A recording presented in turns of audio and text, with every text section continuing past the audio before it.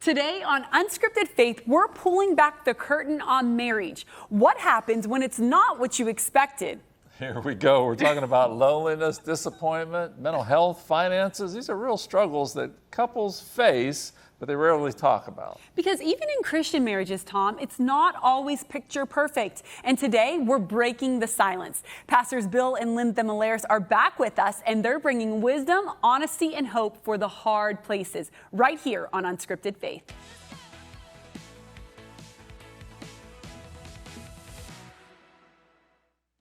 Welcome, everyone. We are so excited you chose to join us.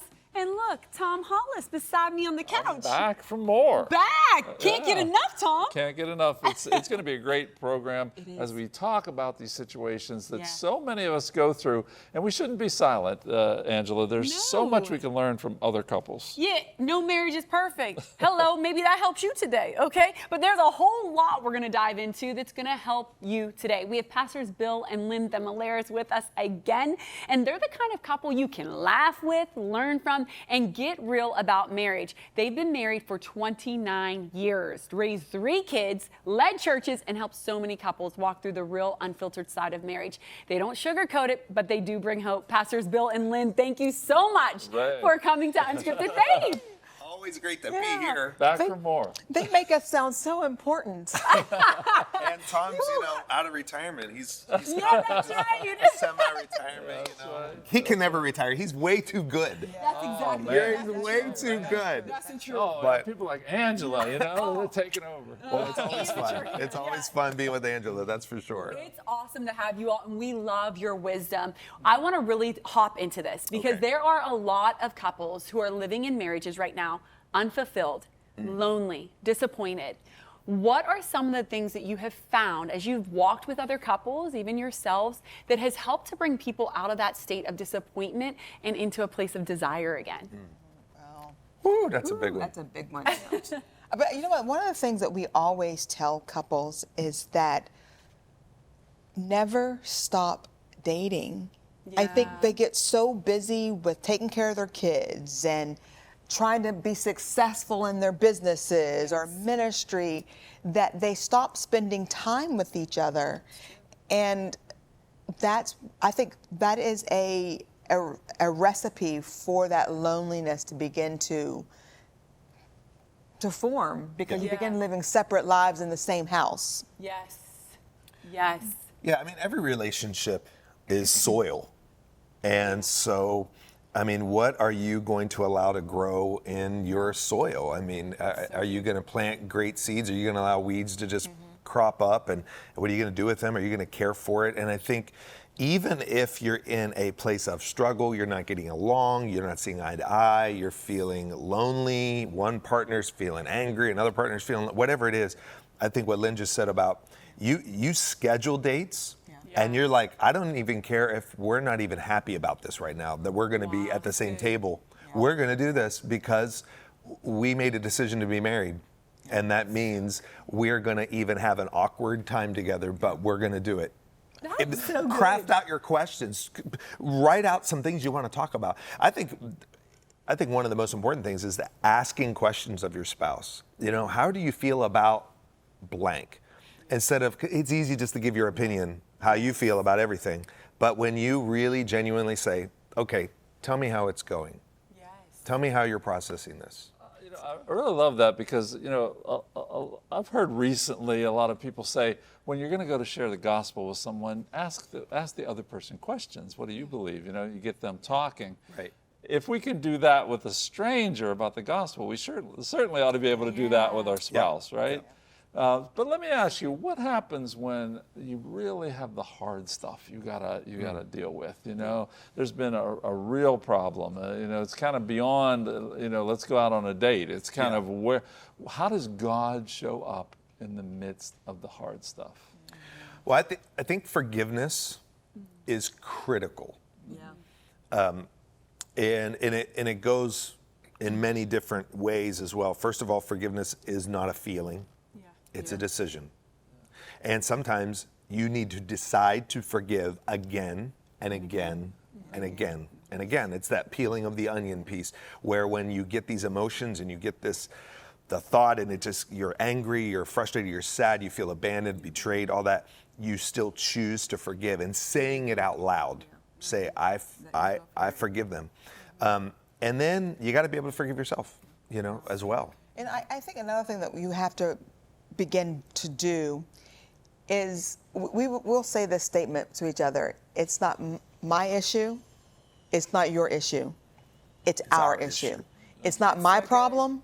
It's not your problem. It's our problem. Regardless of what it is, recognizing that both of us have a part to play in whatever the situation is, and me owning, even if it's only 10% of what the problem is, me owning my 10%, being willing to work on my 10%, and give my husband grace, the same grace that I want on my 10%, I'm going to give him grace on his 90%. Give your husband grace. Let's make sure we got that. Glory, hallelujah. Give your husband grace. I like that. But I did say on his 90%. Yeah, that's right. Well, that's the thing. Taking responsibility. And trust me, we learned this from a dear couple in our life who has ministered to us. We've received ministry from them. And on many occasions, mentors in our life, personally and in our marriage and ministry. And even if your spouse, the other person, is 90% of the problem, okay? Now, it's never 100% somebody else's fault. No matter what you go through, it's never 100% their fault. So even if I only am responsible for 10% of this issue we're dealing with, and Lynn's responsible for 90, which that never happens, baby. No, but since I'm talking, I'm going Be to. careful. I have to take 100% responsibility for my 10%. Yeah. I have to take 100% responsibility for my 10%, which means I have to repent before the Lord, and then I need to repent before my wife. Now, when you've counseled people, have there been people who are like, I mean, because I know when I come into just with strangers conflict, they ain't wanting to own up to their stuff. Correct. Oh, yeah. So what happens in those situations, and is divorce okay then? You know what? I would never say divorce is okay. But what I will say is that for the marriage to work and be healthy, both people have to want to fight for it. Yeah. And there does come a point where I actually had this conversation with someone recently, and I said, the one thing that you have to recognize for you, her personally, is that have you done everything that you can do? It's good. Like, have you done everything? That's a good question. Have you done everything? Because the worst thing for you is you get a divorce, and then you're thinking about all the things that you didn't try. Yeah. What if I would have done this? That's true. If divorce ends up being the thing, what happens, you want to make sure before you and the Lord, being totally honest with yourself, I did everything I possibly could do. It's good. Yeah, I think people weaponize divorce. They throw it around the world does it, so we have to be different than the world. Yes. And we weaponize it, we use it as a threat, and that's really no way to to resolve conflict in your marriage, is because when you go there, That's it. you've released that. It's like, well, that's hard to take that one back. Yes. Because now your spouse is thinking, well, man, I mean, it's so easy for her to say that, it's so easy for him to say that. And so you cannot allow the easy street. Yeah. It's like Jesus, hey, straight and narrow, not the broad way, the easy way. That marriage is not that. And if you think it's going to be that, one thing we tell people when we counsel them before they get married, and even if you're married already 20, 30, 40 years and you never did this, you could still do it based upon a memory. But we tell couples, write a letter to yourself on why you're choosing this person as your spouse. So good. Write down everything you love about them. Write down why you're getting married. Write that letter, because you know what? One day you're going to need to read that. Yes. You're going to say, why am I even in this mess? You need to read it. And if you've never done it, go ahead right now and write a letter to yourself. I married Joe because all these things, even though you might not be seeing it now. Because that way you can now use that in your prayer life and call those things out of Joe that he used to be, this man of integrity, this man of God, and you're not seeing it now, but you say, man, God, it's not too late. That is so good. I think even what you were saying is practical to decisions in general. Did I, before you make a big career move, did I do everything that I can where I am now? Do I truly feel like this is the next move for me? Yeah. And then in that, just the fact that you even said divorce, how it's weaponized. Mm-hmm. I know Nate and I, when we got married, we determined and said, we will never use the D word. Yep. We won't. It's not an option. It's not in the vocabulary. Yes, yeah. And in this generation in particular, I feel like that is so important, and it's gone by the wayside. It's so easy to come and go in a relationship anymore. Yeah, we enter into this not lightly. Don't the preachers always say that? Right. Not to be entered into lightly. But let me ask you something, because the word counsel has come up a few times just in our short discussion here. When is counsel right? When do you go from pastoral counsel to maybe professional counsel? Yeah. What if both don't want to go? What are your thoughts on that? I quickly will tell someone to get marriage counseling. Yes. Because there are tools that these men and women have studied for years to help couples learn to communicate. Yes. Okay. And I will quickly say and I actually have a list. I have a list of people on my old-fashioned Rolodex now. I have a list of people and what their specialties are in marriage. And we meet with them pastorally, but we also have them meeting with professional marriage counselors as well, because there's two sides of this education, this ministry that they need. Now, they're Christian marriage counselors, they've been truly vetted, but the whole idea is we're gonna come from the spiritual side, and then we're gonna let the professional in that area come from the skill and tool side, because that's a beautiful blending together that couple gets everything that they need. Yeah, because the pastor is not trained and skilled necessarily in those areas. And if you are a pastor, you need to recognize, hey, I can only go so far. I can tell you the Lord's perspective. I can tell you God's value of marriage. He created family. It's his idea. Everything about the scriptures, family, we're the bride of Christ. I mean, all these things that are important. But, I would not, love pastors, but I wouldn't have open heart surgery and say, hey, pastor, I love you so much. You're the best, my mentor. Here's the knife. I would be going to the surgeon who's done it before and then come back to my pastor and say, hey, pray for me. Would you be in the, the waiting room with me? Would you hold my hand and pray with me? But I'm going to allow the surgeon to do the surgery. Yes. Yeah.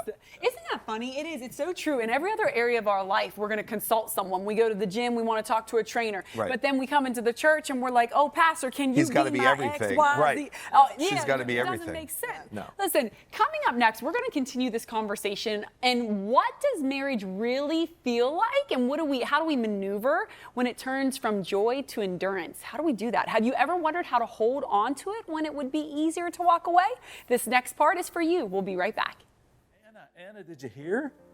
No, what? Cornerstone Television hit 100,000 subscribers on our YouTube channel. No way. Yeah, and YouTube sent us this cool play button, silver play button. Oh my gosh, look at that. Yeah, there's so much content on Cornerstone's YouTube channel.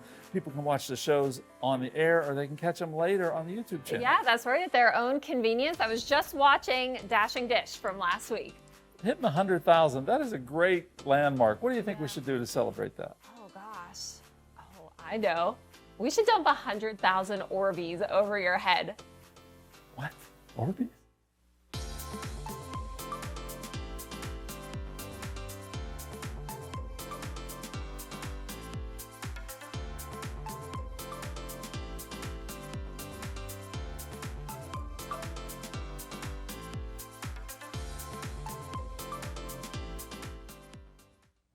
Welcome back to Unscripted Faith. We are having an unscripted conversation with Pastors Bill and Lynne Themelaras talking about the hard stuff in marriage. You all, I know that sometimes marriage ain't perfect. Oh, come on. I mean, can you believe it? Can you believe it, Tom? Sometimes marriage isn't Sometimes it's perfect. not perfect. And it goes from feeling like joy and excitement to being like, y'all, I'm running a marathon and I ain't got nothing left in the tank. What do you do in those seasons to take it back into a little bit more joy and to sustain it instead of just, hey, I'm out? Yeah. Number one, pray and pray without ceasing. Yeah. Yeah. Seriously. I mean, I know when I have felt like, it's not even just with marriage, but just with whatever I'm doing, it just becomes like this drudging through the mud. Yes. I also often recognize I'm not spending personal time filling my tank with the Lord. Yeah. And it's amazing how challenging things are easier when I'm filled up.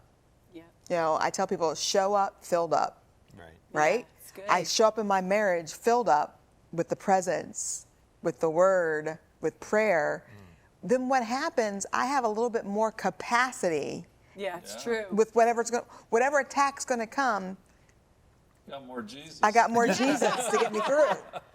Well, even David, in our relationship with the Lord, David writes, restore to me the joy of my salvation. Yes. There's a time, so think about marriage is one thing, you need joy restored, but you need joy restored even in your relationship with the Lord because we allow the things of the world to creep in. And we build on a foundation that's not stable because we're trusting in the wrong things. Do not lean on your own understanding in all your ways. So we do that. We start leaning on the wrong thing. And then we have all of these crappy emotions and feelings. And joy is not a feeling, happiness is, but joy is a state. And it's saying, restore to me the joy of why I'm even with you, Lord. And in that, you have to do that in your marriage too. You have to say, God, first, because I need you to restore this. Yes. And you don't quit. Sometimes it is an endurance, just like the race of life. Yes. Yeah. And one thing that I've learned, I'm a real practical person, and when I try to make Bill be everything for me, to me, with me, That part. that's a lot of pressure on him to fill my joy meter. Yes. I had to learn that there are some things that I enjoy doing that he doesn't enjoy doing, and the Lord doesn't want me to give up all the fun things I like. Yes. Sometimes you feel lonely and depressed and lack of joy because you've stopped doing things that gives you personal joy to do. Yes. So I tell myself when I'm beginning to feel like my life is so, when's the last time I went and did whatever that I enjoy doing? When have I picked, like I love to read, but I'll go through seasons where I'm reading books to learn, Yes. right? I'm reading my word. But I need to just pick up a fun book that's just, I mean, I like murder mysteries, right? Just because I enjoy it. And we don't have to give up those things that bring us joy. And when we are doing we're filling that part of our tank, and we're not trying to make our husband or our wife fill up that part of our tank, that really helps us get through some of those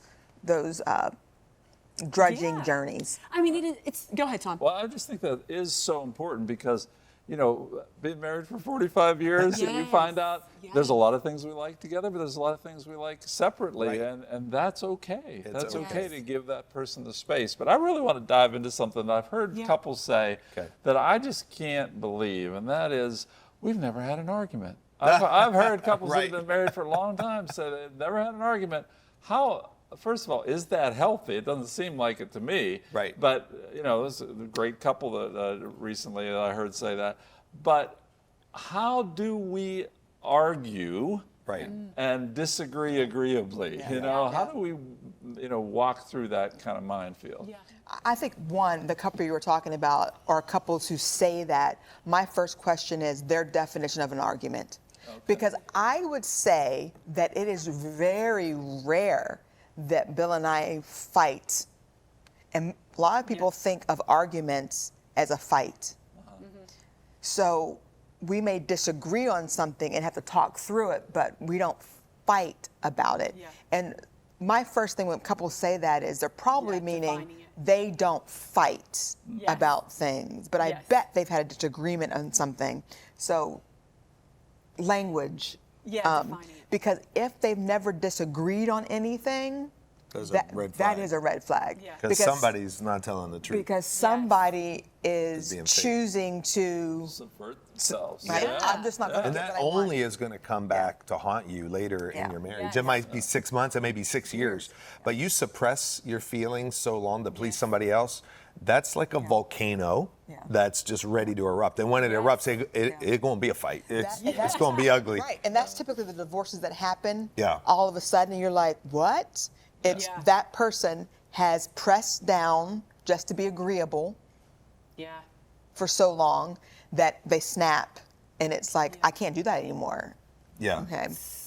And we've battled that in our own marriage, years ago, where Lynn felt like she didn't have a voice Yeah. in our marriage. And I did not know that because I was the voice all the time, and I'm just thinking, oh, she's just so agreeable and such, but we both needed healed from that. We had counseling too to say, somebody said, Lynn, you're voiceless in your marriage right now. You need to have your voice back. And boy, when she got it back, woo! I said, okay, Lord, this is. You were like, wow, she has opinions. She's got opinions that I did not know she had. But it's a real thing. It's like we needed delivered from this pattern that we were just in, the easy way, where Lynn was agreeable, Bill made the decisions, and it was like that's the way marriage was for a few years of our marriage. And then we were like, this is not, we've changed, and it's not for the good. So we need to come back and say, okay, Holy Spirit, why does she feel a certain way? Why do I feel a certain way? And can somebody help us determine what it is we're even feeling? What are we dealing with here? Because the enemy just weaves his way in. He'll muzzle you, or he'll put you on the back burner. He loves it when you're not, communicating. He loves that. Well, I think you hit on something really powerful, because there are so many marriages that I've seen, especially within ministry, that the woman is voiceless. And, I love how you all, again, just how you're stewarding your marriage and having just such a beautiful relationship with the Lord that has guided your marriage together. What would you say to the woman who maybe is voiceless out there today? Like she doesn't share opinions. She's afraid. She doesn't want to overstep. How can she find resolution today? And maybe even the husband who feels like, well, he's been silenced by his wife. Yeah, sure. Well, first of all, I would tell the woman, find out why you're voiceless, because it's probably come from trauma that had nothing to do. My voicelessness had actually nothing to do with him. It happened because of an incident that happened in my childhood. I had actually been voiceless in certain areas when it came to authority or anyone that I should be submitted to. Okay, it wasn't with my girlfriends. Yes. Okay, So good. so it came from something else that showed up in my marriage. So that'd be my first thing. I would say, you need to find out why you're voiceless, because it may have nothing to do with your husband or your wife. Get healing. Yes. Get healing from that, and then because that's first. If you don't get the healing, it doesn't matter if you choose to have a voice. That's right. Your voice is not going to sound like the authentic you. Yes. It's going to come out Yes. with the trauma Uh-huh. anyway. So first step, get healing. Yeah. And we see a lot of marriages even where now, because masculinity is this bad word or something in society now. And it started happening decades ago, and it just kept going and going and going. And of course, we don't stand for abuse or just awful male choices or decisions. But some marriages, even in the Christian households, we find the men are just so put down. The woman makes all the she's just whatever she wants, and she's so rambly and so maybe wordy or so opinionated that he's just like, whatever I need to do, and he's silent. And that's not healthy either. Right. No. And how can he even lead his family spiritually when she doesn't respect him? Or she thinks her way's better, and he's just along for the ride. So it goes both ways. You really need to. But in both those situations, there's a healing reason needs to take place. Yes. She is that way. Something has happened. Yes. God did not create her to feel like she has to be in control. Something has caused that. So in both of those scenarios, get the healing that you need, because the only one really, well, I shouldn't say the only one, but you're suffering. Yes. Yes. Not able to be who you're truly called to be because you're carrying some kind of burden that wasn't yours, meant for you to carry. That's good. That's a word to somebody So out there good. today, It really for sure. is. Yeah. It really is. Get the healing. We've uncovered some deep and honest truth today, really. But after the break, we're wrapping up with some final thoughts and takeaways to encourage you right where you are. Don't go anywhere. We'll be right back. Make Cornerstone Network your home for the best in local Christian TV, bringing you programs like We need people that have become disciples and now they're able to disciple someone else and not just go to week after week after week get ministered to. After a certain period of time, there needs to be a turnaround. We Left the Light On for You. Cornerstone Network is your home for Christian television. Welcome home. Welcome back to Unscripted Faith. This conversation has been amazing. Pastors Bill and Lynne, I want you to chime in. Okay, you're pastors, you're leading churches, you're leading people, you're doing the work, okay? And you're married for almost 29 years. When you all are in your home, are you all having prayer meetings and preaching to each other? Uncover to Altar us calls. with They're having altar altar calls, come to Jesus moments. What does this look like? Because I do think within the Christian context, a lot of women, a lot of girls out there think, oh, well, if my husband can't pastor me and he's not sitting up in the house praying over me and all this, then this ain't it. Right. Tell us, what does it actually look like? Woo! We have been told that our life should be a reality TV show. That's true. We've said that before. People have come to stay with us, and they've just sat there just watching, and they've literally said, wow, this would be a great reality TV show. Because we are real life, real things happen. Yes. Words said, one time something was said, and I just looked at Bill and I said, are you talking to me? Yeah, right. You know? And he said, let me rephrase. You know?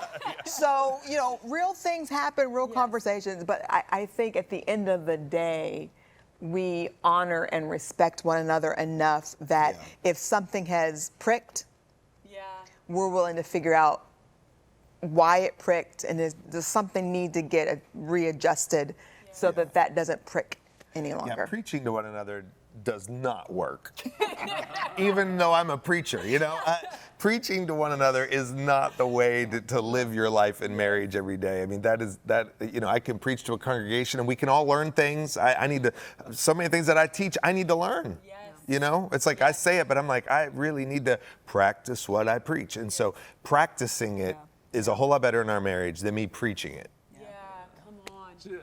I can remember learning spiritual principles and sharing them with Jesus. She's like, I'm not one of your, Right. Otherwise, you're going to end up in a big old fight. Yeah, it's like, wait a second. I'm not. Quick to apologize. Just be quick. Just be quick to apologize. Yes. Oh my goodness. So preaching doesn't work to Gene. Well, no, but we have a great relationship. We really do. But we're allowed to be ourselves. That's it. You live it. You live out loud. As Paul tells us, we're living epistles read of men. Today, how are people reading your life? What are they seeing being reflected back to them? Is it showing them the love of Christ, or is it causing them to want to push away? Whatever it is, dive deeper into Jesus and let Holy Spirit be seen. Cornerstone Television wishes to thank all our faithful viewers whose consistent prayers and financial support have made this program possible.